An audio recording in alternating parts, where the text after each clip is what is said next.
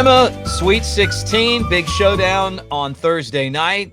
You got spring practice rolling. We're going to talk about it here on Elephant in the Room. Jay Coker and me, Mick Gillispie. But first, let me welcome you guys to Roll Tide Pods. Make sure you like and subscribe, get in that comment section, and give us a thumbs up. Share it, too. We got to tell people about this podcast. The other thing is that we're brought to you by mybookie.ag. You got to check them out for yourself. Now's a great time to make your picks count, your bets, your parlays, all that stuff there. You get 50% of your, basically up to $1,000, 50% price match when you use the promo code next round. And with the tournament and everything else, might be a good time to ride Bama to the Final Four for the first time, right? And that's something that we would love to see. At least I would, man. I'm pretty pumped up about this basketball game. Man, I'm fired up. You know that text I sent you the other night? Mm-hmm. You think Bama, that's the man, odds. You love these odds. You would have had to have said the line was about 8 for me to feel comfortable betting Alabama. Mm-hmm. Line comes out at 4.5. North Carolina is now the most publicly bet team in the Sweet 16. You love that. Oh, that is like, that's like better's heaven, in your world. Yeah. Oh yeah. I mean, I am fired up for this game. The line alone gives me so much excitement about the fact we might be in the Elite Eight next week or Saturday. Wouldn't that be great? Who would we play?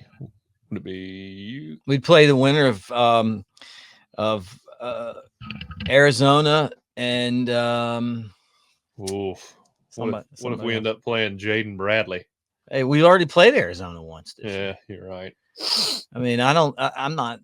You know what? I mean, that's why you go out and play the schedule. I mean, and I think we were talking about it the other day. Like, Bama played more than half of the teams in the field in the last 2 years. Now, I know it's different teams, and you don't have, this isn't the same exact team as last year, but the fact that you played those teams to me tells me that, like, you're not going to shy away. You beat North Carolina last year.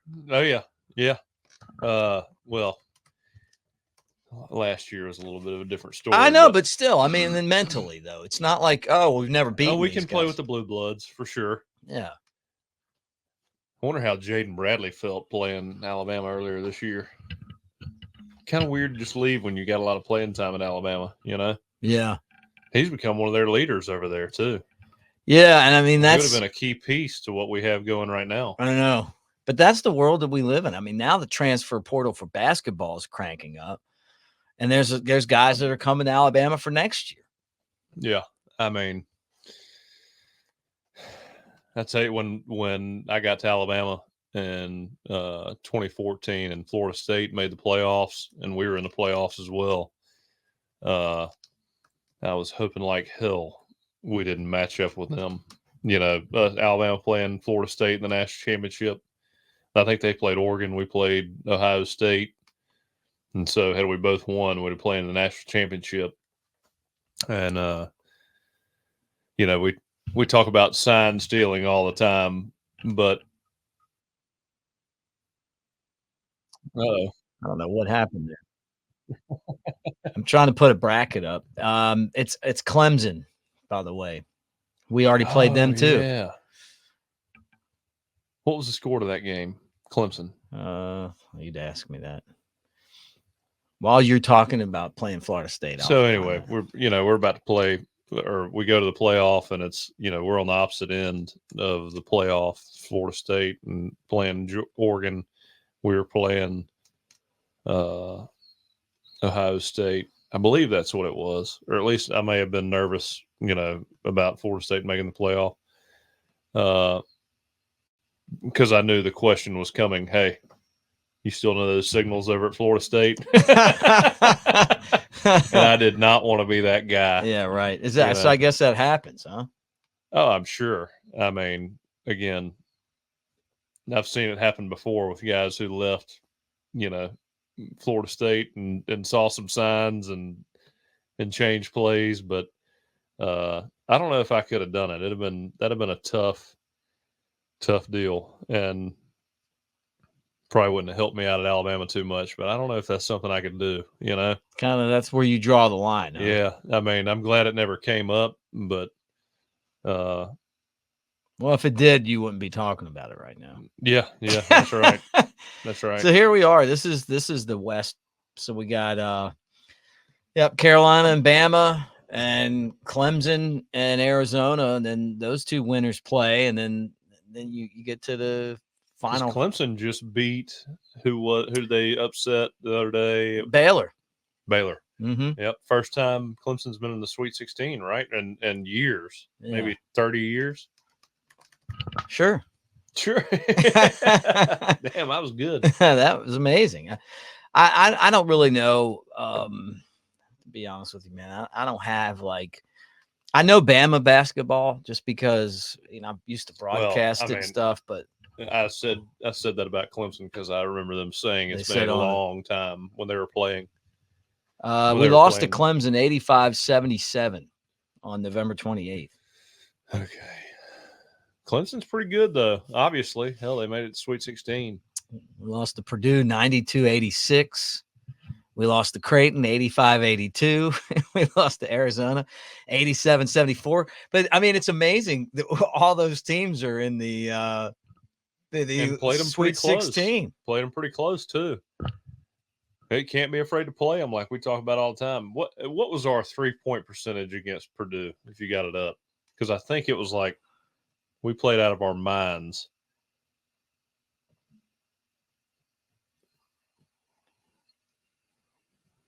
I don't know, man. Purdue's right here. Purdue's 45.3%, 29-64. Yeah, that's pretty incredible. And still lost, but it was close. But look, man, they're a number one seed. Yeah. Well, we just don't have a big guy to match up against. Zach Edey? Yeah, but nobody does. It's a David versus Goliath thing, right? Oh, yeah, for sure. I mean, it is tomorrow night. I can't wait to watch that game. The betting line just has me so excited. Yeah, you know that when all the money's on one side, then that means that something. You gotta find those fishy lines and then go look where the public's at. I saw where ESPN had some kind of, indicator, final score indicator, and Bama was like a 53.7% chance to win that game against North Carolina. Yeah, and I don't know enough about all of that stuff to say, okay, why is that? But number one seeds are going to go down. And North Carolina to me is the weakest of the number one seeds. I mean, Houston. And not to say that they're bad. I mean, I'm just saying they were it could have been Tennessee as that number one seed. I mean, our 3-point percentages, when you rely that much on a three, I mean, you're so volatile in terms of, how many points you're going to score. I don't know how you come up with that percentage, but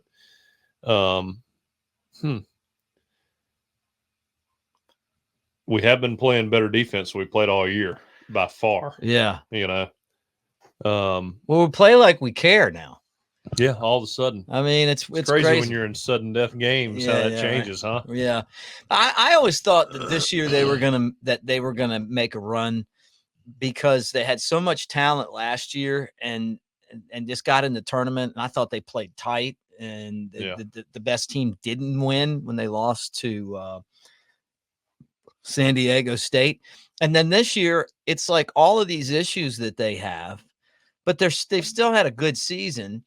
And then you get into these tournaments and it's like, it almost reminds me of like when Virginia lost as a 1 seed to a 16. And then the next year they won the championship. Mm-hmm. I don't know that that's going to happen. Like, I'm not saying Bama's going to win the national championship, but I could see them getting to the Final Four. And I honestly, after as bad as the officiating was in that last game and how tough that was, where I felt like the officiating was trying to put, Grand Canyon in the Sweet 16 and they just couldn't hit their free throws. This one will be called a lot better. It'll just be more even because it's two teams that can kind of go up and down the floor. Well, it's more evenly matched teams too. Yeah. You know, I mean, I feel like when you play a team again like Grand Canyon, who's just hacking you nonstop, Right. it's kind of hard to set the tempo for how you're going to call the rest of the game as a referee. You know, I mean, you have to at some point. You can't foul everybody out, which could have easily happened. You know, Sunday night. But it's like you were saying earlier, this team's also got a huge underdog mentality, in my opinion. You know, Mark Sears, the guy has been carrying that team, had an All-American type year throughout the season, and has not gotten that respect. Mm-hmm. You know, Estrada, great player. He's also undervalued to me, and as far as the national media goes. Grant Nelson, I mean, he was all world when we recruited him, and he's had kind of he didn't have a bad year, but he's had a year that I think was not up to par with what everybody expected, and so everybody's beat up on him. And I've been one of those guys at times. I think he works his ass off. I just think he's a little limited in terms of his strength and I don't want to say mobility, but just handling guys down low, you know. So, man, you play with that chip on your shoulder. You lost in the Sweet 16 last year. We're supposed to win the national championship. You ought to be pretty motivated, and you get treated like that in the national media now. Of course, I mean, everybody's pretty supportive of Alabama for the most part, but they never considered them a Final Four team. Right. North Carolina, you know, obviously they've had a great season.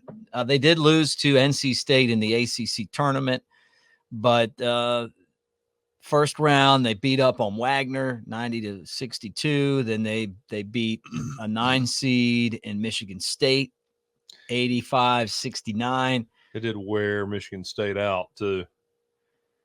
I'm hoping that's a kind of like a big win in college football. Hopefully we're a setup game. You know, come back, you're the favorite, supposed to win. Get a little full of yourself, and we just come out and start hammering threes left and right.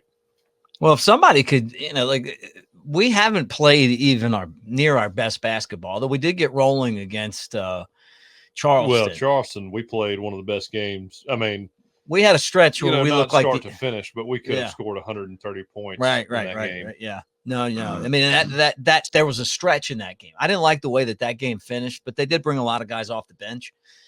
And then that last game, it was a street fight. So I said church basketball. Or somebody said church basketball game. You know, my buddy Brett, who I do a show with.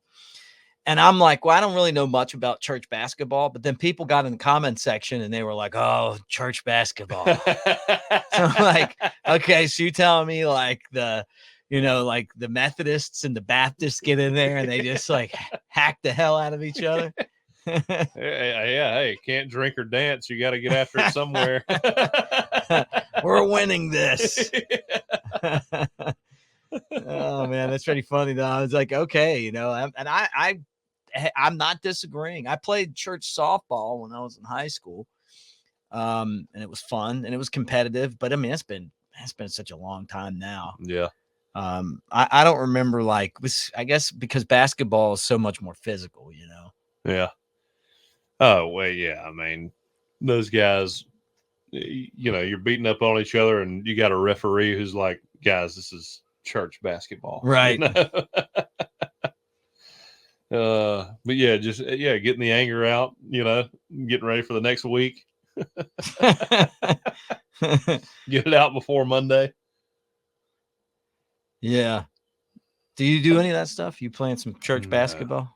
Man, I played in an intramural softball league or not softball, kickball league in Mobile. Nice. And it's hard to kick that damn ball. Yeah. You know that? Like it's not as easy as you think. Oh yeah. Well, I mean, you know, it was I guess co-ed is the word you'd use. It was, you know, everybody guys and all their girlfriends, and we went, you know, played, and somebody gets drilled, a girl gets drilled in the back of the neck, and then it starts a big fight, or almost. And Oh yeah, I was like, yeah. I'm done with this. I'm not So getting into this. so you showed up. Let me just picture this now. You showed up and it was like kickball, and you had like your old baseball stirrups on. And you had the listen, guys, I wear 14 on this team. Right? So you got your number, and you got your jersey tucked into your baseball. Like when you go, I haven't played softball. Yeah, I years. had quit chewing Red Man up until that point, and had to throw a big chaw back in. I'm playing third for the co-ed softball. I was a ringer, or not even a ringer. I was a fill-in because in Tennessee. And this was this was before COVID. I hadn't played ball in a long time, right? And the team had a couple guys that were playing baseball at the time for Tennessee. So they really weren't even allowed to play, but it was during the winter time kind of wasn't. And we're playing these guys, and they're all jacked up. They look like they either work construction or something manual, or they're on steroids, but they're all wearing their full uniforms and everything. Uh-huh. And we're losing. And I score from first base on a single. And I know at this point, I can still play a little bit, but I'm also going to be sore for a week. Oh yeah. I know I'm. Would you slide in head first? I don't even know, but I went into the dugout and I'm like, if I started just talking shit to everybody. If I can do this. So we came back and we beat. Give me another Miller Lite. Yeah, right. It's definitely one of those type of things. Let's fucking go. We come back and we beat this team, right? But I don't know anything about the teams or anything, right? And then the guy that we played that kind of needed me, he tells me a couple of days later, he's like, yeah, man, that team we played, they're pissed, man. That's the best team in the league. And, they take it so seriously. And, dude, I had none of us matched, I had a strawberry on my leg because it was turf. And at some point I slid, I didn't have long pants on. We weren't supposed to win that. And I just saw it if I was on that other team, right? That's what your kickball team was like. That's exactly what you guys are all like this. He played quarterback at Alabama. That guy was a football player. We had this ragtag. We did have some good players, and we didn't even have enough. We had one guy had to play 2 spots in the outfield.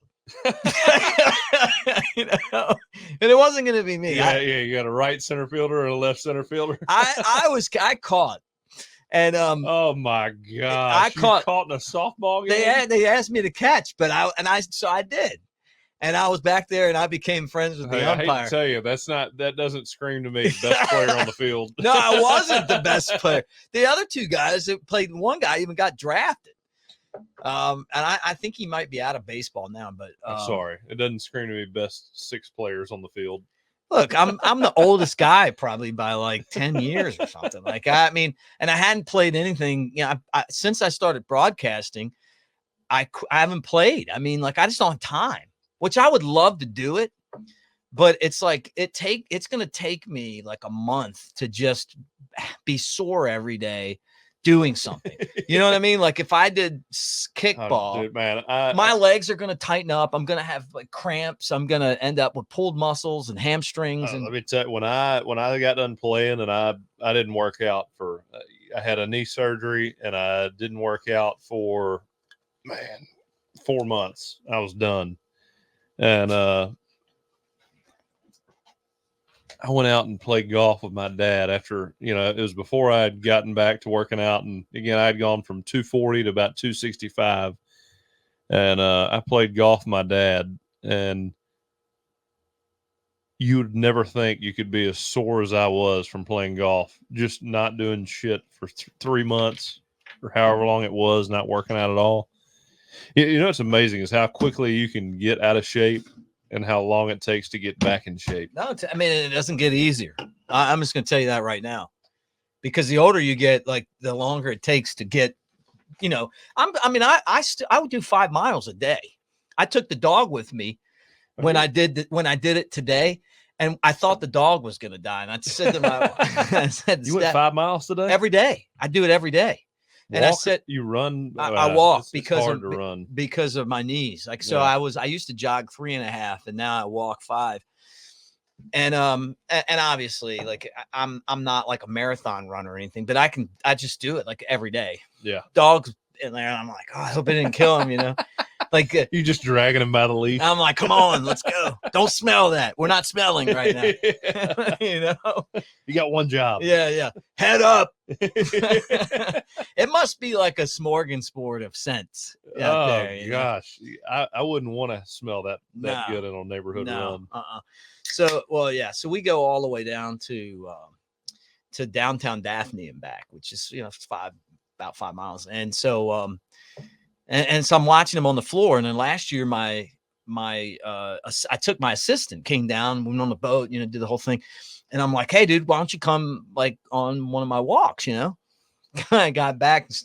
They're like, I think you might have killed him, But I'm just used to doing that every day. Yeah. It's different. Like when I had the staff retreat and we played flag football, kickball, and something else. Oh, dodgeball. Yeah. Right. Oh yeah. And then for like I still have my toenails are still the blood's still on the cap, in the finger, the toenail and that was months ago. Yeah. You know what I mean? Like, oh yeah. That's getting old. That's what getting old is. I've started working out. I've been with David Morris. I know I've mentioned this country, but Josh Hampton now works over at QB Country, and Josh was my like solo basically trainer at he's my strength coach at Alabama. He was the strength coach for quarterbacks and all that, and he was there for probably 10 years. But he has started whipping my ass with all kinds of brand new stuff he's come up with. I mean, I need to get him on the podcast. Yeah, he was at Alabama for 10 years. Yeah, at least. Really? Oh yeah. I mean, worked out Bryce, Mac, me, Jalen. Oh, so you know him from being at Bama? Yeah. And then he was the quarterback strength coach. Oh wow! No, I didn't know that. I mean, I've heard you talk about him before, but I didn't realize. Oh yeah. He was just underneath Scott. Okay. Yeah. I'll have to get him on. You talk about a strength training nerd, man. Intense. No, I have to get him on. We'd have a good time. Yeah. But I ran 5 miles last week, and I want no part of that. Well, first time in a while I've gone 5 miles. Yeah, you gotta. But my knees. No, that's what I'm saying. That's on pavement too. Yeah. It was getting to the point where it wasn't even my knees as much as it was my hip when I was jogging every day. Yeah, and I was like, man, I don't want to have hip problems. Like long distance running will do some damage to you too. Yeah, yeah. I'm just too damn fat to be running. You know what I mean? Like you got too much weight. Well, I mean, you see like those real skinny dudes, like they either the smaller guys or the real skinny guys. They look like a potato chip running by. Those joints got no problem. Yeah, they're like, I go.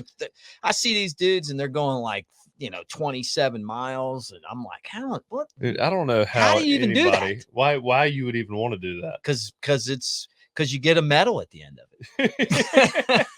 you get a reward.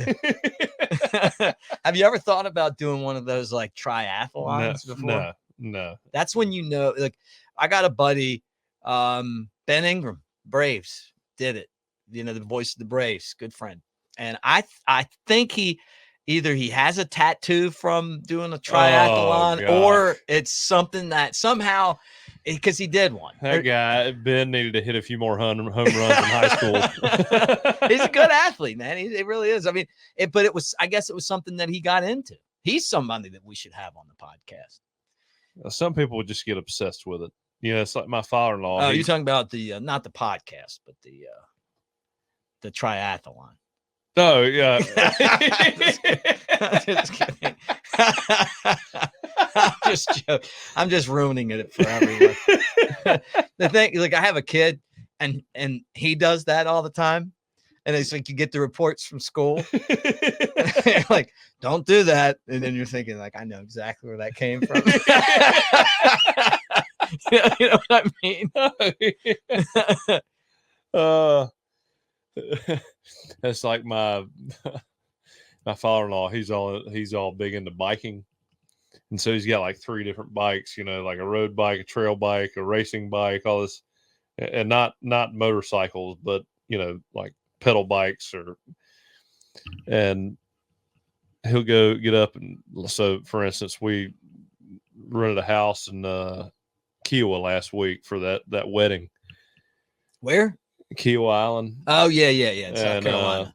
So we're all staying in the same house, and I get up to go run, and I get back, and then you know he's gone, and I figure he's riding his bike, and he comes back in, and he's in this like Speedo type biking outfit. Nothing manly about that. Especially when you're like 55. Yeah, right. I was like, can't dude, tuck it in. I was like, dude, you've ruined somebody's vacation. They came here to see Q when they saw you. They just checked out early and went home.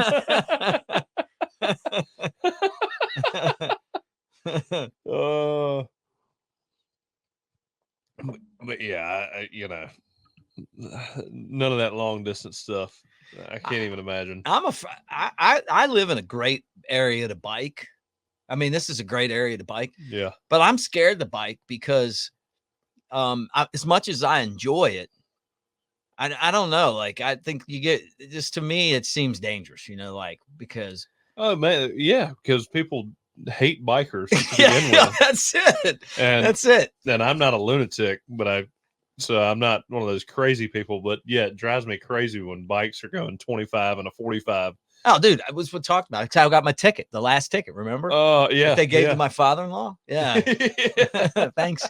Good job, buddy. Because it got dismissed. I'm coming one way, and I see everyone stuck behind, you know, Lance Armstrong. I just want to go home. I'm looking at them, and I'm like, the only thing that these people want is just to go home.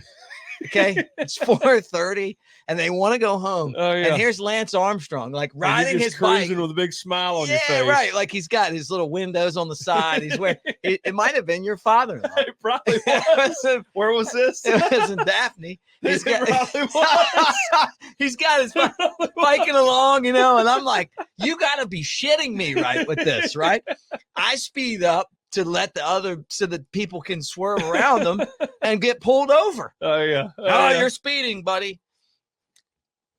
They're having a have you seen this down here, like in the paper? They're like having where they're giving out a bunch of tickets all over the place down here, like speeding tickets, everything they can give out. Oh well, yeah. Fairhope's no. I'm talking about Mobile and Baldwin County and down at the beach. But you know where the worst speed trap is in the Southeast is when you're coming across the Mississippi line into Alabama or going into Mississippi, and there's never on I-10. No, on 45. Oh yeah. Dude, I have been stopped there. There's never an Alabama cop there, but there's always a Mississippi guy sitting there waiting to get Alabama people. Hey, this is true story. I've hit that before. It's like if you're going to Citronella. And you're coming over, and it's like right on the border, and the Mississippi police will pull every single person over. Oh yeah. And so when I pull up there, I'm always like, "Hey, is this legal?" They just like tell me to go. They're like, he's got all his teeth, and I think he knows his. I think he knows his laws, because I'm always furious about that. Oh yeah. So I was up there. They were like, "Hey, can we get an autograph?" "Hey guys, it's Coker." I was going. He's got a softball uniform on. I've had a few. So I grew up hunting around Citronelle. Okay. Or north of Citronelle, And especially when I was playing in Alabama, I got to know the state troopers around there and all that. Oh yeah, And flexing your muscle a little bit right now. no, so like one time I'm coming home from Alabama, and they've got me right around, I think it was G's Bend, which is just north, right around Fruitdale, and and they pull me over, or a lady goes, "Hey, you need to pull over to the side," and so I pull over, and this police officer walks up. He goes, "Hey, Jake, knew that was you. You know, we're sitting there talking, having a good time."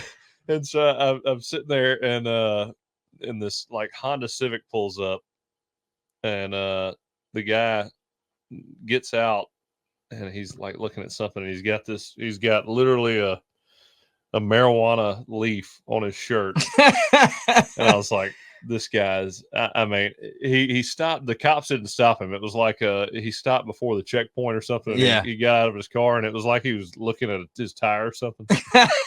And I'm talking to this cop and another cop standing over there, and she points, and the guy I'm talking to, I guess he was the higher up. He looks over, and she goes, "Do we need to talk to this guy?" He goes, "I mean, look at his shirt. What do you think?" He's got a bandana on, Yeah. marijuana leaf on his shirt. Yeah. No, I don't smoke it. I'm not going to sit here and tell you that I really would. I'm for legalizing it anyways. I don't smoke it, which is the funniest part about it. But well, this is about 10 years ago. It's been 10 years ago. Now, I mean, you go everywhere. Like you got the Vegas. Isn't it crazy? I mean, Chicago. 10 years ago, it was like, yeah, you're in trouble. Yeah, you might as well have been doing really hard stuff. Man, both of my parents smoked pot. I mean, I grew up around it. And I guess just like, I'll be honest, man. It's just, for me personally, smoking pot just slows down the mechanism so much that I can't do it.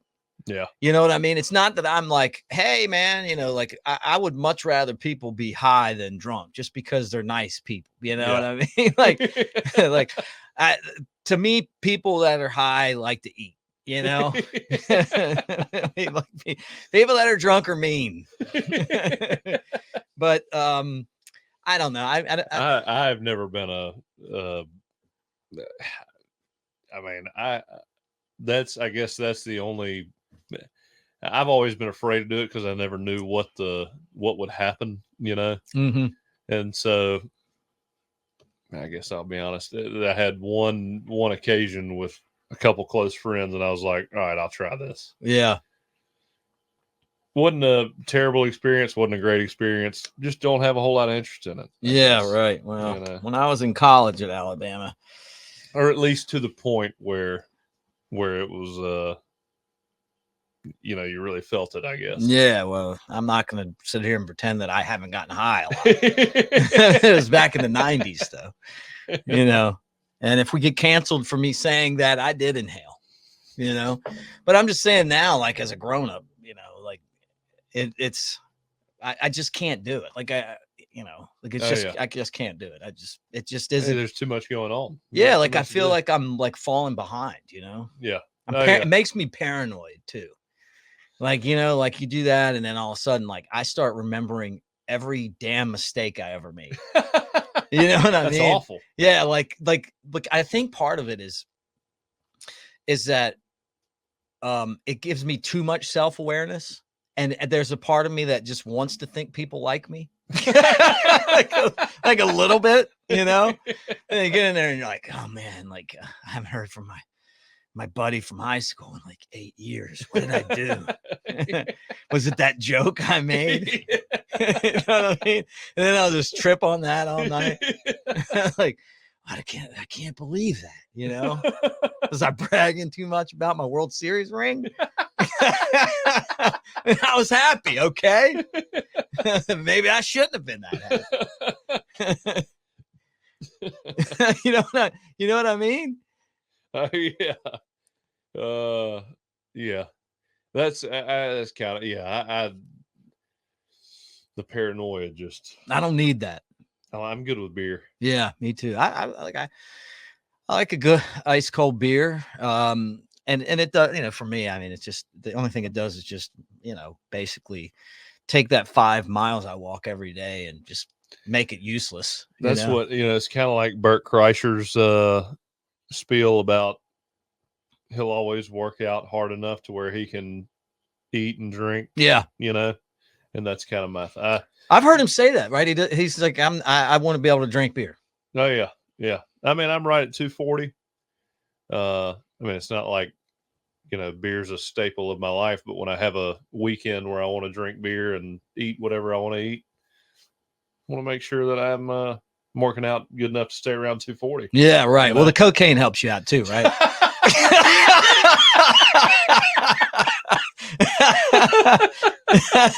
Just kidding. You can't say I've been there. Yeah, I haven't either, and I'm gonna tell you, man, that one would freak me out. I'd be I mean, the cocaine thing to me is that there was a guy when I was growing up. His name was Len Bias. He was like this. Yeah. He was a superstar in my town. I'm from Baltimore, and he died of a cocaine overdose, and it was like it would have been like Derrick Henry or something. I mean, like you got to think of or Bryce Heisman Young Trophy of broadcast. You got for basketball. Yeah. I mean, this was a guy that was. Oh yeah, I know Len Bias. Yeah. To our community was as big as Tua was to Alabama football community. I mean, and then for that to happen, and he had just gotten drafted by the Celtics with I think the number 2 overall pick, or maybe the 1, I don't remember, but it was and he was like the force that would have gone head to head with Jordan. I mean, he was just, was good. I mean, he was as good. I don't know that anyone's ever going to be as good as Jordan, but he was good enough to compete and win championships. And he would have been there with Bird and all those guys. And it was such it was so, as a really young kid, but someone that loved sports, it was so impactful on me that I was like, man, I'm never going to do that. And there were instances in my life where people say, college are like, hey man, do this. And I'm like, nah, I'm not doing that, man. If that happens to Len Bias, it could happen to me. Oh, well, shoot. I mean, we're going to get on a whole different subject, but also the fentanyl stuff. I mean, my gosh, today these kids. I've had some friends die of that recently. Really? Yeah. Like older, guys my age, not so older, but again, drugs have never been anything I've ever been into. I've always enjoyed drinking beer with buddies and all that, and drugs just hadn't been something that I've really enjoyed partaking in at all. Just not, again, like I said, but you do, hear about these stories of kids getting into, having a good time, doing things they probably shouldn't. And then, we had a local story around here. Kid on a bachelor party. I believe one kid died on a bachelor party. They got into cocaine, and I mean, it's one of those, just being young and dumb. Yeah. And doing this, having a good time at a bachelor party, and fentanyl's in the cocaine, and one of them's in, critical condition. One dies of an overdose, and it's just a terrible, terrible story about young kids making mistakes, and you can't do what you did 10, 20 years ago. You just can't do it anymore. Just, I don't know, man. It's a crazy world we're starting to see for kids growing up. Yeah, well, I'm with you. I had a buddy that was didn't wake up one day, and then that's what they said kind of was part of it, right? And I don't know, I'm that's just so not a world that I'm in at all. But I could see how you could get there. And then it's like when you got all the stuff going on at the border and everything else. I mean, it's it's become kind of, over the last few years, it seems like it's really become kind of a bigger deal. Well, more people dying from it, I mean, people are finding fentanyl on dollar bills. I mean, it's just everywhere, it's just wild to you almost have to be worried about every single thing you do at this point. there's always some kind of threat there almost. I don't know. People just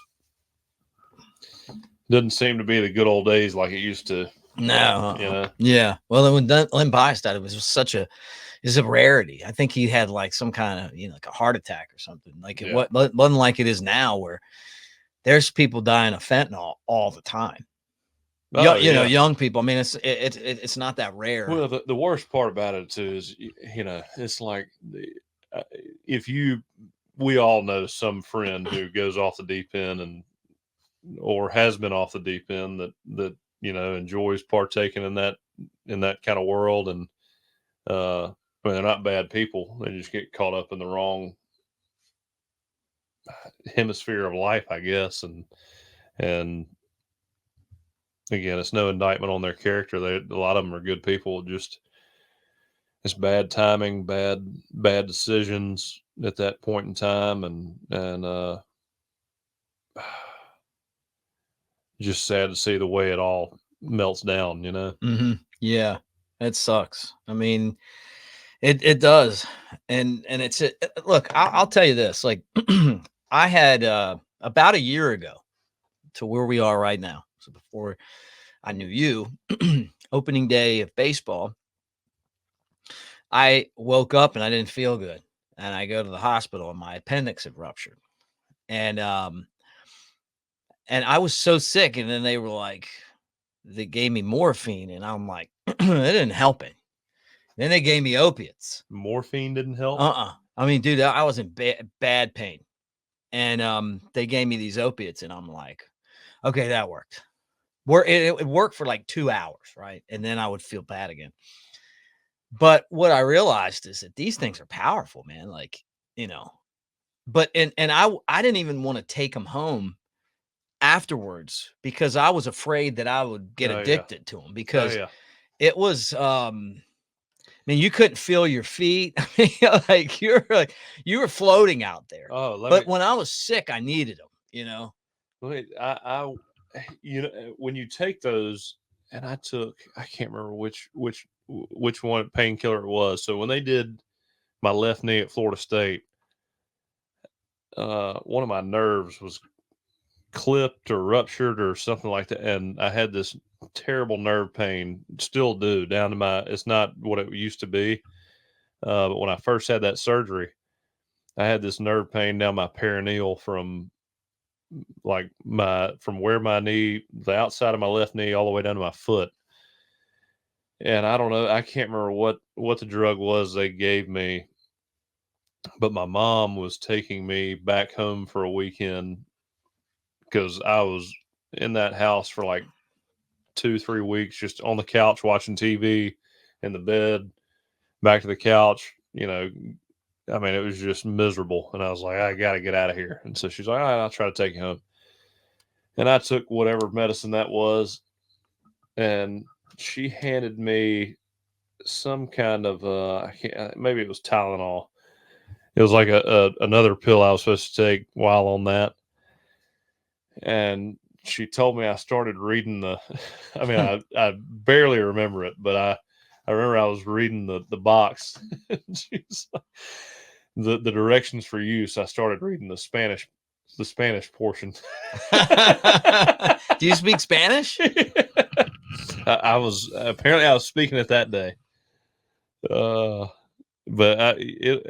those medicines, of course, a lot of it put me to sleep. It was just, I was either straight to sleep or I kind of felt a little groggy. I don't know how people get addicted. I mean, I know it affects people in different ways, but I'm not one. I don't think that you get addicted to that because it wasn't a great feeling. No, yeah. Well, you didn't have the stuff I had. Well, I'm sure it depends on which one you're prescribed. Yeah, it was too much. So I mean, I get it, man. Like, I mean, Brett Favre talks about taking. I mean, he was addicted to that stuff. Yeah, right. I mean, to have that many starts over your career. Yeah. Yep. I feel him, man. I mean, think if you're just you get to this age, and he played football.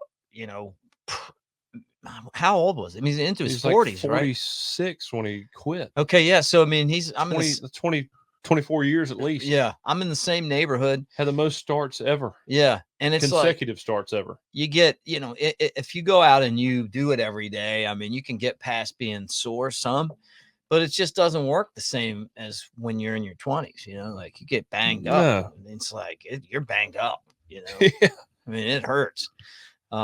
Just the way you fall is different when you get older. I mean, like it. I don't know. I mean, getting old sucks. My grandfather told me that, and I'm finding that out. Starting to feel it. Yeah, a little bit.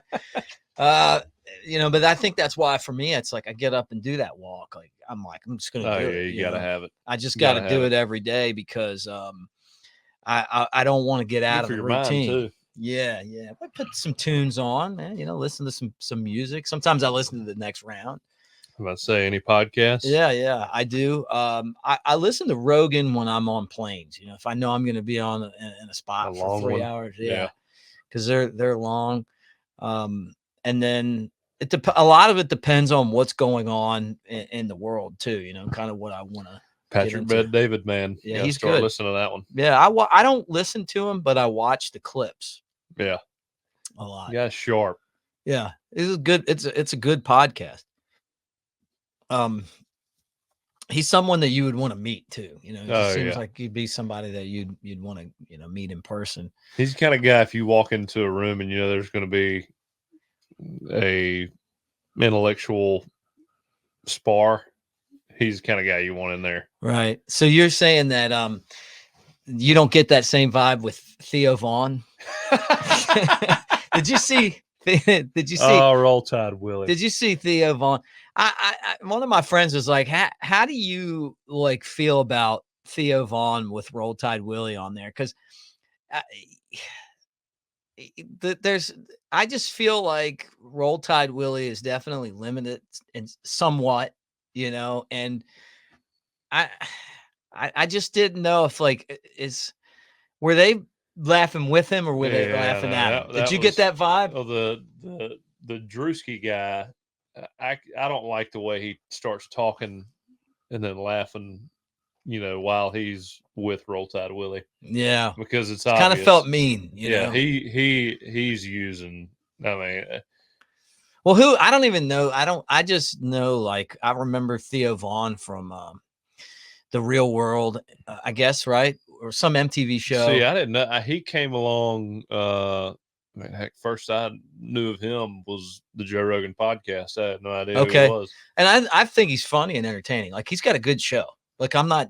He's great. Yeah. Not making fun of him. If I thought he sucked, I'd say it. I don't think that. I think he's a really good guy. Seems honestly like a fun dude, right? Yeah. But then I'm watching Roll Tide Willie, and he's like that guy that's you're related to. That's got some limitations, and you're like, he's our guy that has limitations. And we, he may not be Albert Einstein, but we fucking love this guy.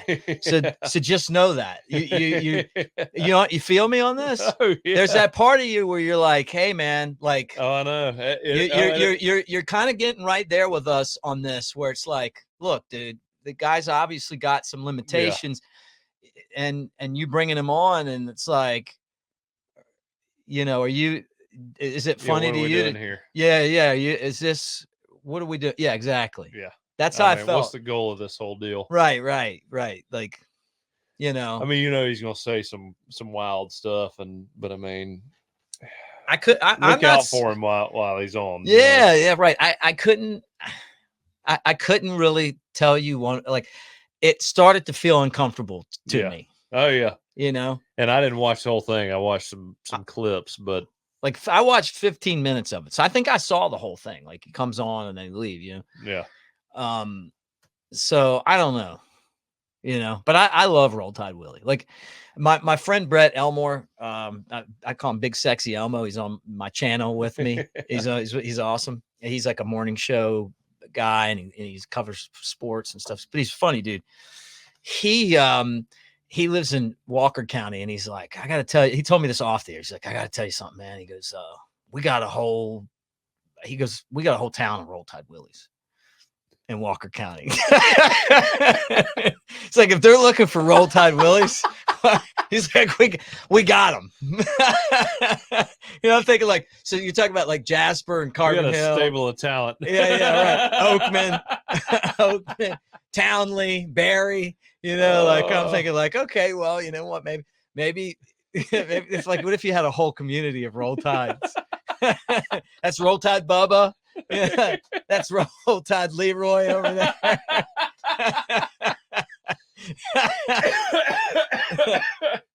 Oh gosh, we got Roll Tide Gertrude. Yeah.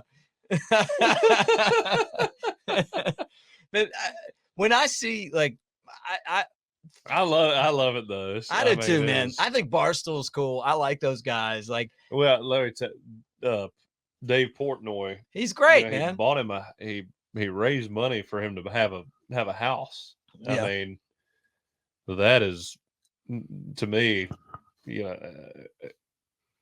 well, to me, if you're gonna, I'm not gonna say use him, but if you have him on, and obviously he's creating material for your platform, I mean, right, to help him out like that, you're cutting up and with raise him. that money. Yeah, I mean, that is life changing for him. Yeah, that says a lot about you. I mean, that's. I've always liked Dave Portnoy a lot, just watching him and hearing him. I mean, obviously, he says the some pizza crazy reviews. stuff, but the pizza reviews are fantastic. Oh yeah. But I mean, that right there, and I know he's done. I mean, the COVID small business stuff, Yeah. the Barstool Fund. I mean, you gotta love what he does if you're a level-headed person. Well, if you're not out there to get offended, then you can take it, and that's kind of where that's the toughest part about doing this, is that I feel like when I go on, all I want to do is have everyone feel comfortable with what I'm doing. Right. Yeah. Like I want, and this, it's like we're sitting at a bar. If you're sitting at a bar and we're talking sports and the game's on, I don't care what walk of life you're from, what you look like, what your politics is outside of whatever. Yeah. We're going to get in here and laugh. Oh yeah. And we're going to cut up, and that's going to be it. Some people don't want to do that, but the majority of people do. Yeah. And for the most part, I mean, how many people, there's very few people I've ever met that when you talk to them and they're making jokes and you're laughing and having a good time, that their intent is to offend you. Yeah. Right. I mean, well, I've taken some from you. I mean, sometimes I'm driving and I'll think of stuff that you said, and it makes me laugh again because you kind of snuck me with one. I get sneaky. Yeah. The one time where you said you were talking about everyone moving in where I live, like people like you.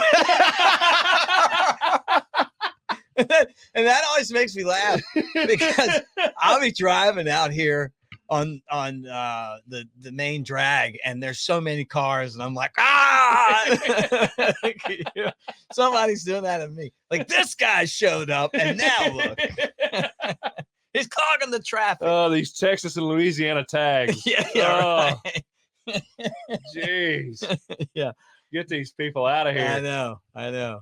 If I see one more LSU flag behind a pontoon boat with exhaust pipes, I'm gonna lose my mind. Yeah. That might be on your side of the bay. Down here, there's a lot. Oh, hell no, it's right. It's right here, just east of you. No, it's not. Oh yeah. We do have. I don't know what it is. It's LSU Rube Central. I know. It's the Did I tell you that story about they're a rough crowd. I told you that story about we went to Hub Stacy's, and this is probably 6-7 years ago, and we walk in, and this is another one of those things. I'm talking shit about LSU. It really doesn't bother me. Anyway, we go walk into Hub Stacy's, me, my father-in-law, and my wife, and I walk in, and these LSU guys come up and they ask me who. Oh, the corn dog story. Yeah, okay, I know this one. I told you. I mean, I talk shit about them, but obviously you took their beer and you sent them a corn dog. Yeah. That's a classic. Right that is great. They are. I'll never forget that guy. Holy shit, he just sent us fucking corn dogs. And I've got a picture of him holding that corn dog. That's great. That's a memory that'll last forever. Oh, it's great. It is. That great. is a memory that will last forever. They are, when they come over, and I don't want to stereotype all people from Louisiana, but they like to drink and they're very loud. They're like our version of New Yorkers, you know? Oh, yeah. But I got to say this, like, when I've gone there for football games, I've had a good time. Like, they will throw a good party. Oh, yeah. And now that Saban's done kicking their ass, maybe we can be back to being friends again. Because we used to get along great, and then Saban came, and then they hated us. Oh, yeah. You know, maybe now it's, you know, now it's the DeBoer era, you know. They'll have to win a few. Well, let's not hope that happens. But it was like they're looking at our sexy wife, you know, but it's their ex. You know what I mean? Like, like we're winning all the titles that they should have won. You know, they got a guy eating grass. They got another guy that's like, you know, running around with his shirt off, leaves his wife for like a younger woman. You can't understand a word he's saying. You know, although I think the guy they got now is actually, I think, pretty good coach. Yeah, if he can just, you know. Well, we're not getting players out of there. We haven't got. It's been a little bit since we've gone into Louisiana and brought out talent. Yeah, you're right. I mean, it'd be tough.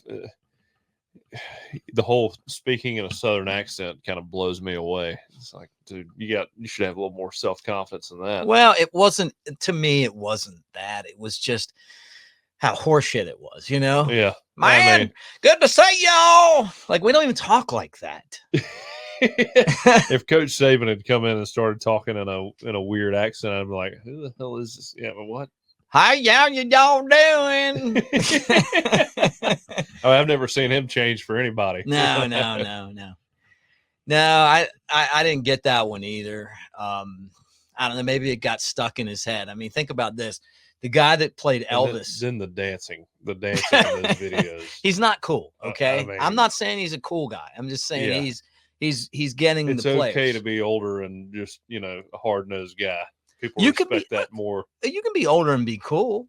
You know, Saban's cool. And I mean, he's an odd but he's character. Not trying to be. Right. You know? I guess just because he's the best, you know. Well, it's the confidence thing, the swagger of Coach Saban without trying to be. DeBoer's a cool dude. He is. I'll give it to him. Like he just is. Like you're like, I like this guy, man. Yeah. I mean, I've met him one time. But you can tell. Yeah. I mean, well, you meet him one time, you can you get a feel for where he's at, and he's not trying to fool anybody. No. You know? Mm-mm. No, and he's doing a great job. Practice. Oh, Jalen Hale, see that leg injury? He's going to be out for a while. You know, trying to figure out like what the next. You know, because he was going to be a big part of the receiver room. Well, how long is he hurt? What did he do?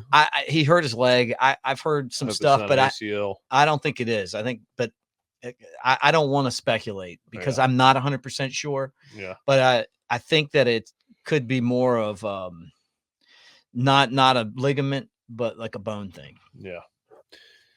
Well, he was one of those guys, I think, with as much potential as anybody as a young player. Some of those catches he made, hell, that one he made against Ole Miss this year, unreal. Yeah. Hope he's doing okay, but you know, we're gonna have to develop the young guys and get them ready too. And Jalen's one of our guys that's gonna be a stable in that wide receiver core. So he'll be back. Obviously, terrible he's hurt. Yeah, but you know he will be back. He'll be okay. So, and we're pulling for him. Caleb Odom's the guy who I'm hearing a lot out of practice. Big, tall, 6'5". I hear Milroe's having a really good spring. Milroe's going to have a great year because he's not going to let himself get outworked. I mean, he's like you know, showing up to the building at 4 a.m. to get ready for 3:30. 3:30. And I don't know how you guys do that, but I'm normally sleeping at 3:30. No, I mean, you knew that was sarcasm, but you know, we got up there at 6:30. Still early. It was a grind from then on out. Yeah. How about when he's up there before all the coaches? I mean, that to me tells you like he wants to get his workout out of the way. Probably wants to get. What do you do? He's setting the tone. What do you do though? Like what's the day like When you're getting up there that early, I don't know what you're doing unless you're getting eating and working out. Well, not even eating. I mean, unless you're eating snacks out of the kitchen. But I mean, probably seeing the trainers and all that, early. I would imagine. Are they there? Do they sleep there? Hell, you're asking a guy that wasn't there at 5 a.m. I mean, I was there. You weren't? I'm just messing with you. I mean, even if there's plenty of time to get all your shit done between 6:30 a.m. and right. And but it also tells everyone that this guy's locked in differently. If he's really getting up there at 4 a.m. Oh yeah. What's a day like? Again, I don't really know what he's doing if nobody's around, but it sets the tone for sure. Yeah. What's a day like? Unless he's watching film up there by himself. Well, it could be doing that, right? Yeah. Could be doing like the thing about getting there early, and I'm not a person that ever did that like that, but when you're in a routine like that, the first thing is that you're also probably going to bed at 7:00. Oh yeah. So you're staying out of, not to say staying out of trouble, because but you're in college. I mean, sometimes things just happen, when you go out. I remember being at there was a bar called the Ivory Tusk, and minding my own business, and a brawl broke out, and we had to fight our way out of there. And now I didn't even do anything. Like, I just was like, oh well, I came with those guys. I'm involved. Yeah. Did you see the video? That's young. Yeah. What a sucker punch by that guy. Yeah. God, I don't even know the situation. Can you imagine throwing a punch like that? Can you imagine being that kind of guy that would sucker punch him? He's just trying to get everybody. It looked to me like he was just trying to break up the fight. Yeah. I mean, well, at that point, it was over pretty much. Yeah. He just wanted to say he knocked out Vince Young. You think that's what it was? I mean, what else would it be? What a loser. Anyway, we had that was before cameras and iPhones and all that stuff. Didn't go out with any intention. I just went out to have a beer, maybe make some female friends. And you're like, they're like, you're waiting around. You're like wondering if the police are coming to your door. You don't even like, is this gonna happen? Statute of limitations is up. That was not fun. Then everybody talks about it like it's the greatest thing that ever happened. The whole time you're like scared to death. Oh, dude. Somebody's going to hit me with something. I'm going to get knocked out. I'm going to get hurt, The last thing. Beer bottles are flying, pool sticks and stuff. It's not fun. Last thing I'd want to be involved in is a freaking bar fight right now. I can't even imagine. That was in my 20s. That was in my 20s. Oh, yeah. But I mean, like maybe I might not have even been 20. We had one of my might have been underage. One of my buddies at Florida State, and I knew the guy, but not very well. He was at Florida State at the same time I was. Got knocked out at a bar, I think in Orlando, hit his head on a curb and passed away. No way. Oh yeah. And so, man, I heard that story. I was probably a sophomore in college. Might have been. I was a sophomore in college when that happened. That's terrible. And I will never forget that story. And ever since then, I've thought about that. It's just, I mean, my dad's always warned me about all that. Right. About just doing stupid shit in a bar or, it's just never worth it, No, man. I mean, I mean, you look at me and I'm too good looking to fight. I mean, you know that from being in here. This is how I became a bartender. I was a doorman at Boo Radley's. Have I told this story before? So this is in college, but I was in grad school at the time, I think. Maybe yeah. And I had this job. I was just working the door on certain days, and they had a DJ that came in and started playing. And that night, it was like a Tuesday or something, and it became like a really big night. Yeah. And then like the crowd got rough, and the bartenders, it kind of was. They were great looking, Uh-huh. but it was kind of their fault. Like they were like just rude to some of the customers a little bit, you know, like kind of, you know, not playful with the comments. Yeah. And so a big fight broke out. And I'm like, and I felt like it was kind of on them a little bit. And I'm just getting people out of there, man. Like this wasn't the type of, I'm not equipped for this. So we cleared the bar out, and I'm like, what just happened? And then all of a sudden, like, there's a knife on the ground and like stuff like that. And I told the owner, I go, look, man, I'm too good looking for this kind of work. he put me behind the bar, bartender. Like, so I was like the doorman and the bartender after that for like, but I was thinking to myself, like, man, I mean, like, this is how bad things happen. Like, there's a switchblade underneath there. And, you know, and just, it was just, things got out of hand so fast. I mean, you know, like, I've heard some wild stories about in bars, and I know my dad delved into that business for a little while. And what did he do? Owned one? Yeah. Really? Yeah. And he had some stories too. So where was it? Have to let it in Mobile. Bryant? Yeah. Man, I have to talk to him about this. See, I love a good bar story. He's told me a few stories, but again, I'll have to have Dad in here. Have him in here. What kind of bar was it? Country and Western bar? I don't even know about that. I know we like both kinds of music in here. Country and Western. rolling. Listen to this. Get them doggies rolling. I'll get Dad in here the next podcast. Come on, Bryant. Come on in and tell us, man. That's great. You may have to do an ad read here in a second. All right. Well, I will. What I'll do is this: I'm going to put me over here, and I will tell you guys about a couple of things as you get ready for the Sweet 16, the Final Four, and college basketball's conclusion. You got the NBA, Major League Baseball. It's opening day. The Braves are excellent this year.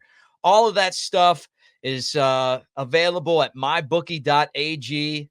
Whether you like parlays, you like throw down straight up, do what my buddy did. Big Sexy Elmo. He cashed in on the deal that I'm going to give you guys right here. Up to 50% price match to $1,000. He got all the way down to $20 and then won it all the way back.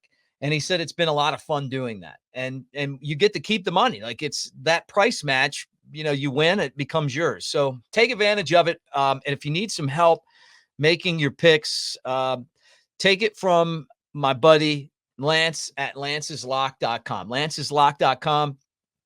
They give you the pick. There's a lot of times where they'll give you the free pick, but find all of that out at lanceslock.com. And remember, I mean, it's that time of year when you're talking about college basketball, when you're talking about Major League Baseball.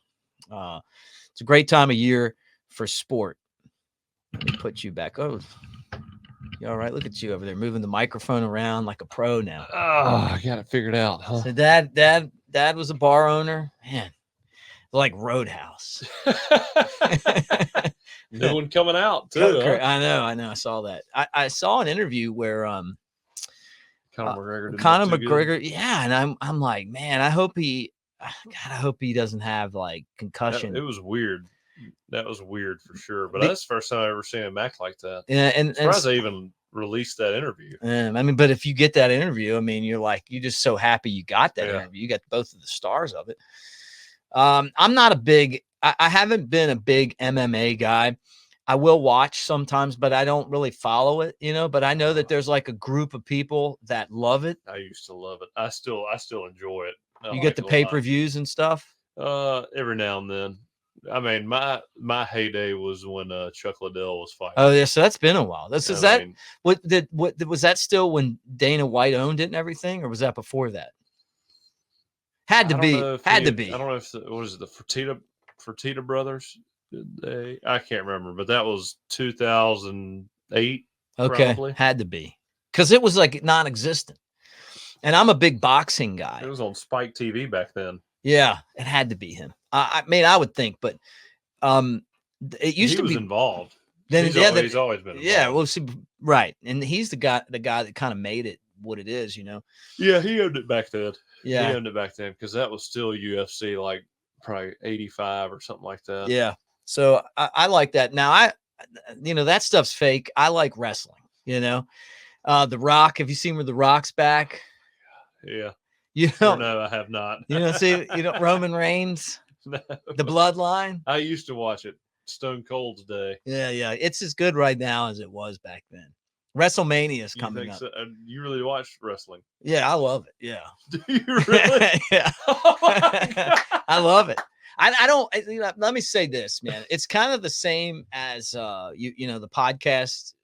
The guy you were saying before, Bet. Yeah. It's the same thing for me. Like, I don't sit there and watch the whole show, but I watch the highlights of the stuff that I want to watch. Cody Rhodes and Roman Reigns and the Bloodline. I cannot believe you're into wrestling like that. Man, look behind you. See that license plate? It says NWO for life. That was on my Bronco when I was at Alabama. That was for Hogan, Scott Hall, and Ric But I Flair. thought that was like a retro thing where you were living out your childhood and like excited about it. No, man. You were still. No, this time of year, now that baseball started, like I won't have time for it. But it's kind of like my off season when football ends, getting me to baseball thing. Yeah. And then WrestleMania kind of falls right in there, So I like it. I'm entertained by it. There was a guy that there were a couple of guys that I loved watching. One guy was named Hulk Hogan, and he was also Hollywood Hogan. Oh yeah. And when I was a kid, he was like the champ, and it was great. And then there was this other guy. You may recognize his name from Slim Jim commercials, Randy Macho Man Savage. Oh yeah. Oh yeah. Oh yeah. And he would like to. So I won tickets to Super Brawl 6 at the Baltimore Civic Center, and the song. Yeah, Macho Man song. Probably. Like, you don't remember that song? No. But I know he had to have a song, right? Yeah. It probably, if you play it on here, it'll probably will get flagged for it. So okay. But I'll tune it in. I met him, and the crazy thing was I was about the same height as him, but he was like 3 guys thicker than me. You know what I mean? And he talked like I was backstage, and I'm like, and he's like, yeah, I had one of those slushies, like he's talking like it wasn't like stage talk. Yeah. He's just talking about like some random shit, and he's like, got a flat tire on the way in today. And I was like, oh my God, I gotta get this thing fixed. He sounded like the Kool-Aid guy. Yeah. Yeah, I met him, Sting. I didn't meet Hogan, which I would have liked to have. I remember Sting. Ric Flair was backstage, I think. Yeah. Oh man, this was good. Like back in the day, man.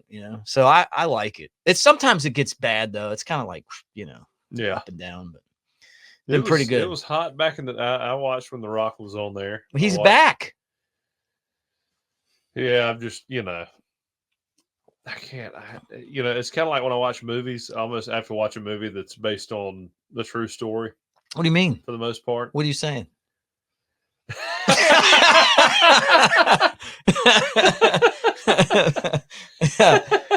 You don't think that's real? The pain is real. Yeah.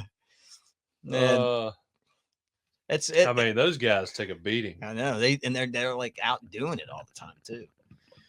But yeah, so I don't know, MMA and then wrestling, to me, they're like, if I have time, I'll check it out. But I'm baseball, man. Like baseball starting back up, and I can't wait. Like I enjoy it watching baseball. I just know it and I like it. And yeah, see, I do. I love MMA. I mean, I watch most of them, but again, my heyday was Chuck Liddell and all that. But I love Dustin Poirier.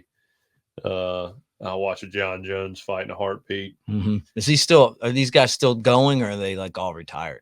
They're getting older. Are they? But they're still fighting. I mean, I liked Conor McGregor, but now it seems like whenever he fights, he's just selling the fight, and he ends up he's quick to tap.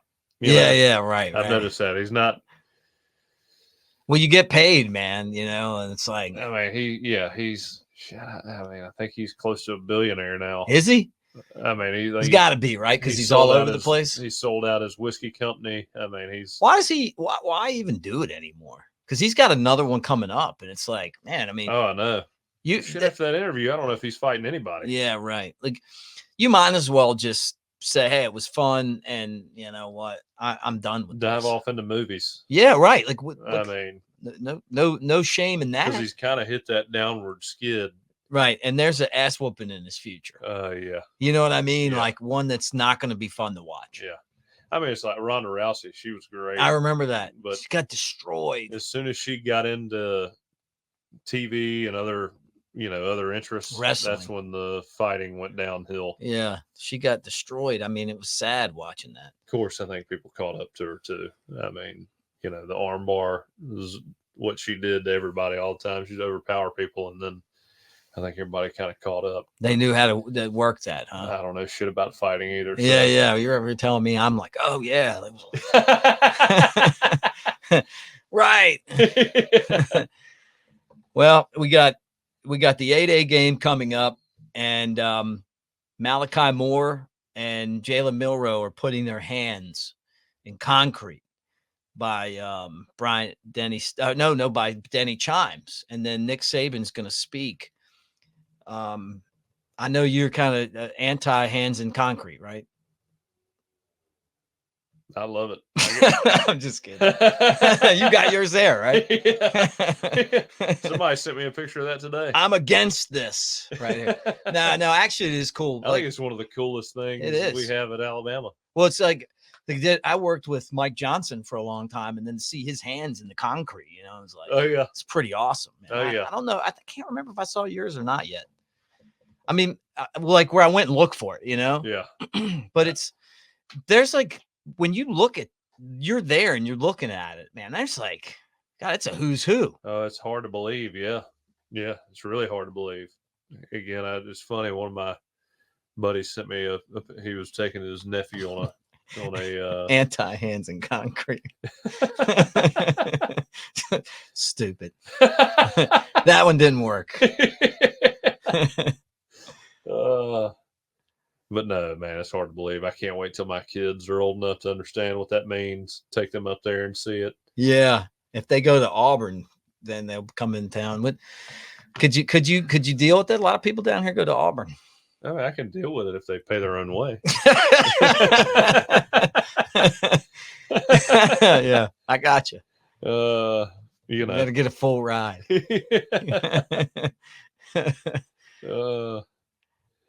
Yeah, I don't think I can. Auburn would be tough. That'd be a huge. I'm mad at you, Daddy. Yeah, right. Yeah. Do you have any of those? Are there any in your family? Any Auburn people? Nah, man, I was the only. You said your cousins were Alabama, right? Because they used to beat you up. All my siblings went to the Air Force Academy. Right, but didn't you have a cousin that would beat up on you when Alabama won? Of cousins. I had. God, I can't even remember that. I mean, the first batch of cousins, I guess,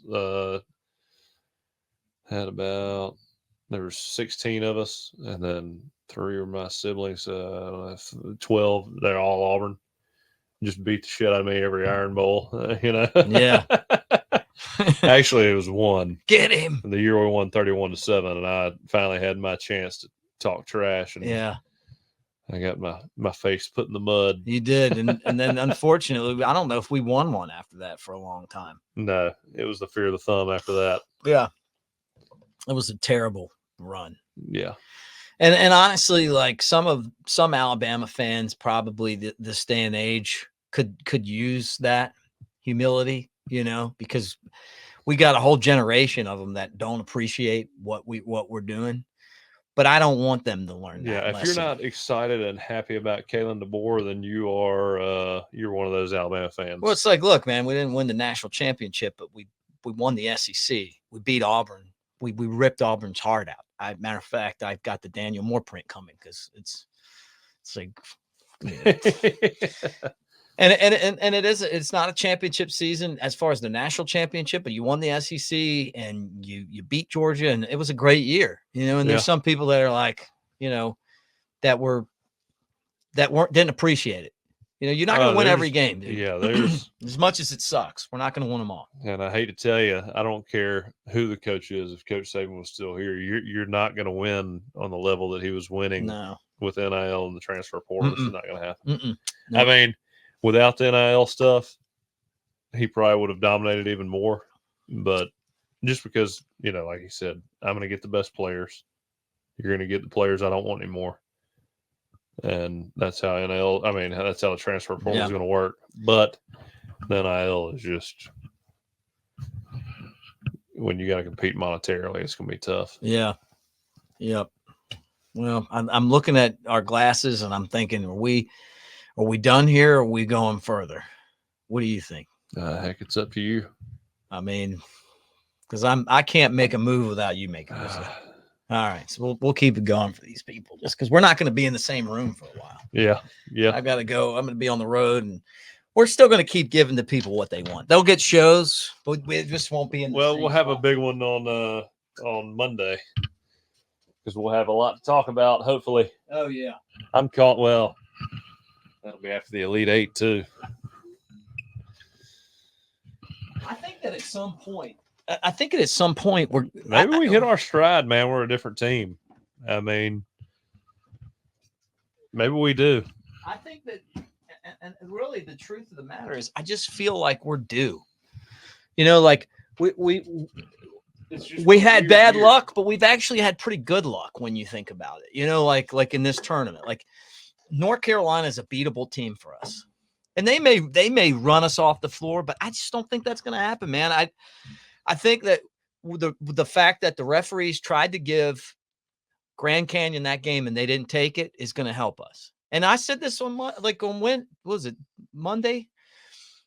I felt like Auburn got hosed by the officiating. And look, I'm not an Auburn. You guys know I hate Auburn, but they deserved better officiating. They threw the one guy out of the game, I couldn't watch that. I was at a rehearsal dinner, but I felt like saw a lot the score. I was like, all right, Auburn's got this in the bag. And then all of a sudden, just felt like it just kind of felt like the same thing to me, but not quite as bad. Well, explain to me what happened on the elbow. The technical foul, was it technical or flagrant? Yeah, kicked out of the game. Yeah, and I think the guy feels terrible about it. I think you get into those moments and it's like stuff like that happens, and you're like, "Oh shit, what am I doing?" I just don't know how you get caught up. I mean, never in a game, and there's been a lot of times where you're pissed off and annoyed. I've just never lost it like that, where I can't control. I mean, you got to realize the game's more important than the cheap shot you're about to get back. Yeah, right. I mean, what do you gain out of that? I don't know. And I've been pissed and angry before, but I mean, it's just crazy to me. You're in the NCAA tournament and you're going to jeopardize that for your whole team. Right. Yeah. That's going to be a lifelong memory that you keep. I mean, I don't know. Right. Maybe I just think about it more deeply, but that hurts because they had the type of team that could have been in the Final Four, and it also shows you how delicate the tournament is. Oh yeah, and it's like I like Bruce Pearl. I mean, maybe a lot of Alabama fans aren't going to agree with me on that, but I like him, and I like him a lot. Yeah, I mean, I think, and I like the rivalry. I think if he's not there, we don't have Nate Oates. I like our boy more. I do too, but it would be like women's basketball, which we suck and they suck, and no one's pushing. If Auburn all of a sudden had like a good women's basketball program, we would get rid of Christy Curry and go get somebody good, because we wouldn't want to fall behind. But since we both stink, nobody cares. Like men's basketball for years was like that. We were mediocre, not great, not terrible. We were kind of mid. We were always on the bubble of not getting in. Yeah. We were the perfect, we roll between like 9 seed and like 13 seed, somewhere in that neighborhood. Right. heck, when I was coming up, I don't remember us being in the tournament very often. No. I mean, Mm-mm. I remember. I mean, basically, Ernest Shelton and Kennedy Winston, those being the two that stood out the most. There's some guys over there on my bookshelf or on my shelf over there. Rod Grizzard and Irwin Dudley, Antoine Petway. That was my team, man. Alonzo G. I remember him. Yeah, Alonzo G. Yeah, that was the team. Some of those guys were on the team that won the SEC in 02 and then got to the Final Four. And won it in 02, got to the Final Four. No, the Elite Eight in 04. So it was 02 they won, and then 04 they got there. And that's it, man. Yeah. I mean, as good as Wimp was, he never won the game to get to the Elite Eight. Yeah. And so 1990, I saw we lost to never mind. I'm getting out of, but keep going. No, I mean, like he had some teams that were really good, and then but they never won to get to the Elite Eight. It's hard to believe we've never been to the Elite Eight except once. Oh yeah. But sorry. Yeah, I mean it is. Sorry. But he was constantly like knocking on the door, but didn't win. And then I look at what Nate Oates has gone through. Like, okay, so twice we've been the better team and lost. Sometimes in these tournaments, it's better to be the team that is trying to prove something instead of the team that's trying to defend something. Yeah. Right? If that makes sense. I mean, it's like last year. I mean, we're the team that's exactly it. I mean, we shouldn't be in the Sweet 16 right now. Well, we probably should based on who we played, but because we got lucky and Grand Canyon beat San Diego State. No, they beat St. Mary's. But they couldn't shoot free throws because the officials kept putting them on the line. Yeah, but I mean, nobody thought. I mean, hell, you take the game tomorrow night. We're 4.5 point dogs, and 90% of the public's on North Carolina. Nobody thinks we should be here. No, I love that though. Who thought San Diego State was going to beat Alabama last year with Brandon Miller? Oh, I know. So, well, I'm telling you, man, if it's going to happen, then that game tomorrow night could be the game that happens. I'm more excited about this basketball game tomorrow night than I've been about a lot of football games in the recent past. Yeah, well, you love basketball. I do. I love it. We're good, man. The SEC tournament's one of my favorite things to watch when we're good. Yeah. Which hasn't really been that much until lately. Yeah. Again, that first year we won it with Herb Jones. I liked him. And Petty. Oh, man, Petty. The wild hair. Yeah. Threes. Yeah. I like them too. And the crazy thing is that the NIL transfer portal has changed college basketball. And Nate Oates has it's like a different team every year. Oh, yeah. But he's good at this. Well, problem he had too. I mean, this past year's, lost Quinterly, lost Jaden Bradley. Let's say we lost somebody else. What Quinterly went to Memphis, right? Yeah. Are they in the Sweet 16?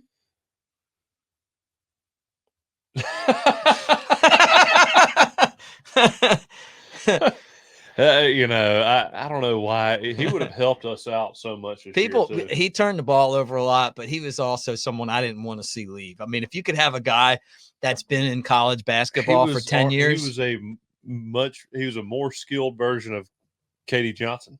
Yeah. He, got the team going, had played with that edge, got us fired up, and he would drive me crazy, but he would make shots and make plays that, were unbelievable. I know, but didn't you feel like in some of the big games he'd just do stupid shit and you'd just be like, what are we doing, man? Yeah, I did. I mean, I wanted him to stay. I mean, look, if you could have a guy that played a decade of college basketball, keep him. But he went to Memphis and saw how that worked out. Yeah. Now Bradley went to Arizona. They could win the national championship. Yeah. And again, he's become a leader from them as well. I would have liked for him to stay. That's going to be fun, man. I'm excited about it. So you guys know I'm from Baltimore.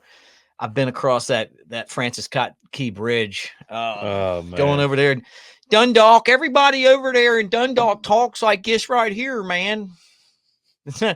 You guys go get them crabs. Hey, man, Wait, did you just change your voice? Yeah, right. That bridge, man, is That's one of the worst things I've ever seen. There's a couple. First off, I didn't realize how much traffic was on that bridge when that happened. Oh, dude, it's on 695, man. I mean, like you got to get across that bridge. Like if you're going on like the kind of one of the inner loops, you go across it. But the first thing is to the people who were on the bridge, because apparently the only people that ended up dying, no one drove in the water, which is amazing. Were workers. Like they were on their work and they were on their lunch break, and then the bridge fell, and 2 guys survived, and then 6 guys. How did nobody fall in the water? Just those guys. Like I don't know. It's amazing. Now it was in the middle of the night, I think. So, I mean, I saw the video. The fast forwarded video. It looked like cars were driving by, tractor trailers and stuff. Yeah, it's just it's God. I mean, God's will, right? And then the barge hits the bridge, and then I'm watching it and I'm going like, how did they not have those? And maybe they did and they just knocked them over, but don't they have like every time I'm on the boat, my boat, and I get near the big bridges, they always have like those pillars around that are like the concrete. Oh, man, you ain't stopping a ship that big. You think it just ran right over those things? Yeah, you ain't stopping a ship that So do you think they had those, or? I mean, I can't imagine how much that ship weighed. Yeah, right. Because it was like Walmart on the water. Yeah, I don't know, man. Like it watching that bridge collapse like that on the video. It's it honestly, I didn't know that they could collapse like that. I didn't either. I mean, but I've never seen a ship like that, hit a structure like that either. It was like dominoes. I mean, it was, it was a chain reaction. As soon as those columns were hit, it was over. Yeah, it was like boom, boom, boom, boom, boom, boom, like crazy, man. So, well, I mean, how many people passed away in that event? 6. That's unbelievable. It could, yeah. And I thought, like, when I saw it, I was like, they probably shut the video off because people are probably like driving into the water, but apparently nobody did. So the police got there fast and basically on both sides stopped everybody.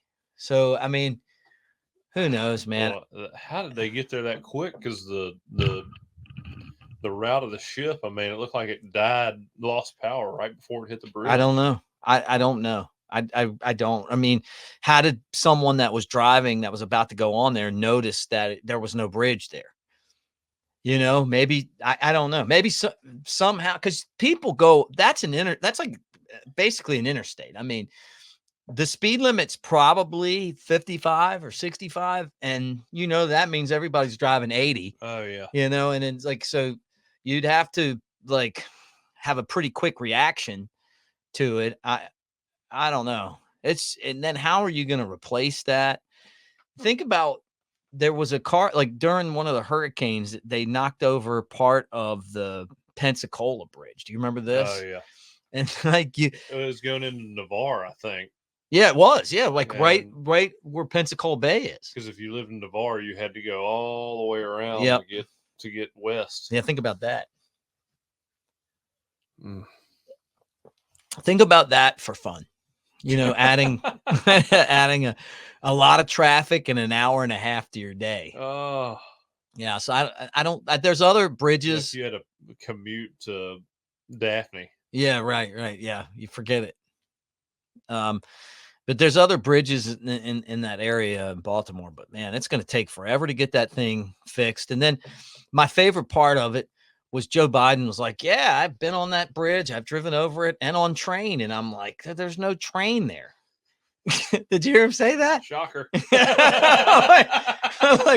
I'm like thinking like the whole day I was like, what? Like, so I go back and I'm like, is a train? Like, there's no train there. Like, maybe there was a train there. The guy's 100, or, maybe there's a train there. In 1920. Never been a train there, so I don't know what bridge he was thinking of. Oh, But he said that helped build that bridge. Yeah. Well, he said they're going to help build it back, but it's going to take forever. I mean, they're talking about doing it'll take a long time. They're talking about bridges. They're talking about doing redoing the Bayway here. Oh yeah. And if you guys have come down here to the beach, they were talking about tolling the bridge, making it a toll bridge. And I mean, you think about all the contractors going to and from every day. Oh yeah. You're talking about there's a bridge that you can take to go to Orange Beach. Hell, we ought to. Oh yeah. Okay. So it used to be $2.50 and now it's $5.50. So guess what? I never do. Ever. You go right around. Yeah. To Canal Road. Yeah. That extra 7 minutes going down Canal Road. I just take my time, baby. I'm going right by Tacky Jack's and on the way to Bama normally in the little brewery down there. Oh man, you know who? Tacky Jack's phenomenal Bloody Mary. Oh yeah, they're not good. The base Bloody Mary, but the Bloody Jack. Yeah, I've had it. That's a really good Bloody Mary. We've there's one in there's a Tacky Jack's that is in Fort Morgan, and when we go snapper fishing, you're only allowed to catch 2 snapper per person. So when you get on them, it's like your day's over fast. You know what I'm talking about? You'll bang them out. It'll literally, if you got a good spot, you'll be done fishing in an hour. It'll take you a half hour, 45 minutes to get there. You'll catch all 8 of your fish, turn around, and then you're in Tacky Jack's by 11. Yeah, you got to go catch amberjack or triggerfish or something else. Yeah, right. No one I'm with has that expertise. We're GPSing to a spot, dropping wigglers down, banging them, and then turning, and we're going to have the Jack Bloody Mary. Mick's coming. We're getting him on and off this boat as quickly as possible. So it is, man, I tell you, man, it is when you get out on the bay, in the Gulf and you're catching fish, man, it is so fun. Oh yeah. Help, man. Snapper fishing. I don't particularly enjoy snapper fishing because to me it's like catching catfish in fresh water. I mean, you're dropping down. You've said a lot of things in here, and most of the time I'm like, you see, that is insulting. This is how you take somebody out of context, right? You go shoot deer, they eat corn. You're like, bro, what's up? No, snapper they're delicious. They're delicious. They are delicious. Catfish. They are delicious, and my snapper fit. You could catch all my snapper. I don't care. I'm out there. I'm out there to drink a few beers, hang out. Hey man, you are coming because I will take yours. You cut those fillets up, man, and they go so fast. You put a little bit of. Oh yeah, no, I love them. I didn't. When I talk about fishing, I mean, I've done a lot of fishing in my day. Catfish. Catfish is pretty damn good. You do the same thing. You're just dropping it down to the bottom and reeling them in. I like trolling. I like when you have some, you put that bonito on there and throw it out and whatever hits kind of randomly that's cruising through. That's fun too. When you don't know what you're bringing up, not knowing. Yeah, and then you're like, oh my gosh, look, it's a freaking shark. I mean, when I say I enjoy snapper fishing, it's just not my favorite type of fishing. Yeah. But when there is a technique to it. I'm pretty good at catching the bigger snapper, but you know what I do? I put bigger bait on. You know what I mean? Like everybody's like, look, they're grabbing their, whatever. Like a lot of people use cut bait and stuff. Man, no, give me the biggest. I want the biggest wiggler I can get. And then I'm going to drop them down. And I can kind of feel them, like once you kind of get into an area, oh, yeah, you get that kind rhythm. Oh, yeah, man. That circle hook too is kind of drives me crazy too. You know, I'm good at that too. I'm good at that too. See, because you let them and then you go. And then once you get them, they're like right in there and they come right up. Except sometimes you can't jerk it though. You got to reel them in. You got to reel it and let them set the hook. You got it, but there's a flip to it. It's a little flip. You give them a little flip. My favorite is bass fishing though. I love bass fishing. Have you ever eaten bass? Man, come on. Bass is better than snapper. No, it's not. Oh yeah, a bass fillet is better than snapper. I can't even believe that. And you set the hook on a bass, you throw a worm. Do you do the Texas rig and then kind of just it's like the little thing. Rip that SOB out of the water. No, freshwater. Or when you hook it you hook a big one, it's like hooking a cinder block. You think you're hung at first, and you're like, oh shit. Yeah, they're big down here. They are big down here. I don't know, man. I'm a saltwater guy, dude. I've even got the saltwater tag. See, I love see my Forerunner. I got the red fish tag. Jesus. What do you got? The deer? I bet you got the deer tag. I got nothing. I don't want anything identifiable on my vehicle. You don't have the deer tag? No, I've got just a regular old Alabama tag. And no bumper stickers, nothing. Really? Nothing. I've got a Fairhope Pirate on my car too. I don't have a Saint. I got nothing. Yeah. Okay. No Alabama. Nope. That's unbelievable. That's two things here that I just that's 2 strikes. Yeah, I can't even believe it. Like, first off, it really 3. I mean, like I'm not, there's going to be a lot of people that are going to be like, I love bass fishing, Nick, and I'm not putting bass fishing down, but you can't compare it to saltwater fish. Like it depends. Look, like you catch a bass, like what's the heaviest bass you ever caught? Biggest bass ever caught was a little over 9 pounds. Okay, 9 pounds. And how many of those have you caught? Not many. 1. Caught a lot of 7-pounders. Okay, so you caught some 7-pounders. Like you go out in the bay and you catch a 7, or in the Gulf and you catch a 7-pound fish. They're like, throw it back. Like they're way bigger. And the meat tastes better. And besides okay, I'm bringing you some bass. I will have to do this. Let's see. Do you have frozen snapper? I freeze them, yeah. All right. Well, I'll come over. I'll cook some bass fillets. Which another thing. I think what we're gonna have to do is have a cook-off. You got to catch big enough bass to fillet them. Okay, look, we're gonna have to have a cook-off. The good thing about me is I catch a lot of bass big enough to fillet. So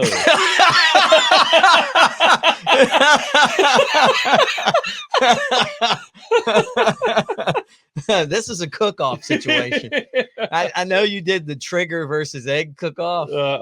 This is the snapper versus the bass. We got to get some snapper is really good though. I will say that. You ever had sheep's head? I hadn't. I've caught a lot of sheep. Those are good too. Had one. They're pain in the ass to clean, but that's what I've heard. They're delicious though. I mean, maybe better than maybe better. Yeah, the only thing about I like trigger fish and grouper. They don't seem to have as much. They seem a little mushy to me. They don't have the texture like freshwater fish have. The texture. Yeah. Mushy. Yeah. And I don't even know what that. I might be catching the wrong ones because I grew up. Snapper's better. Grouper's good too. Wahoo's one of my favorite. I hate them. Fish. What? I hate wahoo. It's the worst fish out there. All right. Anybody from Alabama, I've had them. You're losing a lot of credibility. No, here. I've had them. I've had wahoo. Wahoo's damn good. Are you going to tell me that you eat mullet? Swordfish is no. We were at we're probably about to have to wrap this up, but the next round guys came down and we went out on the Bama boat and we go to Pirates Cove and this guy pops up and he's like, if you're gonna eat mullet, you gotta eat them while they're fresh. And I'm sorry. That is true, actually. Yeah. So, but I've never had them, but I would try them. I don't have a. I've actually cleaned and eaten mullet myself, but you do have to eat them fresh. I see them jumping all the time, and like a lot of times we'll net them and use them as wigglers. You know, they're great. Oh yeah. Bait. And then of course, I want to say it was 2021. I threw one 118 feet at the international mullet toss to come in third in my my age bracket. So I like how you use feet and just saying you threw a mullet 35 yards. they don't do it by yard there. It's by feet. That's coming up. I'm not challenging you at that. I gotta go. I gotta do it. How many throws you get? You get one, and then if you qualify, you come back for the championship round. I might have to get a practice mullet throw in. I mean, look, I would do that. We'll go somewhere and just practice. Yeah. Because there is a technique to it. And I always felt like if I had like a few throws, I could probably have gotten, a little bit more. But I've seen people there that can throw. It's a 200, about 180 to 200 foot course. Yeah. And there's some people that can get pretty close to throwing it the whole course. The wind's got to be right though, because last year we had like 20 knots in our face. Like the fish unfolded and came back in. Yeah. So people are throwing them folded. Oh yeah, you fold them. You fold them, and you hold the where the fold is, and then you have to release high. And you got no way in hell somebody's throwing one 60 yards. No, I'm telling you, I saw it. Yeah, a folded fish. But you got to But I'm telling you, it's all that thing's got to be leaving like a javelin to get 60 yards. That's what you got to do. You got and what your tendency is to release it to like here. I would think, but you got to release tail and try to release high and let it sling like aerodynamically. And if you do that, I'll beat you in the fish throw. Like but that doesn't work. They go like this and helicopter down. The people that throw these things and really throw them, they fold the fish in the middle, the mullet, and they let it loose up high. And it's almost like you're throwing pop-ups to your kids or something. And if you can get it to where you're really putting what you probably could do it. I mean, if you had some practice throws where you let it go up here and then it goes it kind of arcs. If you throw it like this, like it's like a straight line. The tutorial I'm getting on throwing a fucking mullet is blowing my mind. Dude, this is the 40th annual International Mullet Toss. Do you understand that? This is one of the biggest sporting events outside of the Iron Bowl. It is big. It is big. You get there and there's a line of people, right? So you pay $15 or $20 or whatever. You get a free t-shirt, you stand in line, and it takes a while to kind of go through the line, to get to the part where you throw it. And then they'll be like, Jake Coker, Mobile. And then you'll go up and throw, and then you go get your fish, and the next person comes on. You got to hold on to the same fish the whole damn time? No. They're in a cooler, right? But the crazy thing is that you'll go and, get a bushwhacker and do something else. And then you go back out there an hour later and that line is still it's still long. And then 2 hours later, it's still long. That's why, we'll just have to. It's all day. Maybe Paul and John can help us out a little bit. Get a good toss in. Yeah. Yep. Well, dude, I felt like this was a really fun show today. We learned a lot about you on this show. That you like catfish. Learned a lot about me. Yeah, that we you're a catfish guy and bass fillets. Yeah. Learned you don't like wahoo, which that's maybe I had bad wahoo. It was it was honestly like chewing on the cushions of that couch right there. But they smelled like fish. You're no better than a guy that flies an LSU flag on your boat. That's true. What you are. That is you're. They would at least. You got to admit that if they made it, they would put it in a bowl with rice. Wear your Alabama hat as a false flag. I'm waiting on you to take that off and just have a purple and gold. Man, if I wasn't an Alabama guy, what would my school be? That'd be very interesting because I don't really have like a second place as far as like anything in the SEC. I don't know. Where did Benedict Arnold graduate from? Auburn. Arnold. Arnold, Auburn. All right. Well, this was fun, man. Roll Tide. Guys, like and subscribe. Remember, we're brought to you by Lance's Lock, lanceslock.com. With the tournament here, NBA, baseball, all that stuff, Lance covers it. And we really appreciate the people at MyBookie, mybookie.ag. Take advantage of that promo code next round, and you get up to 50% on $1,000. So it's a 50% price match up to $1,000. Lay those bets down, and we will talk to you guys again next week. And hopefully we're still talking basketball. Yep. Lit up on our boys. Roll Tide. Yeah, hear that? He's giving. That's Jake's lock. Sorry in advance. Take the 4.5. Take the 4.5. Roll Tide, everybody.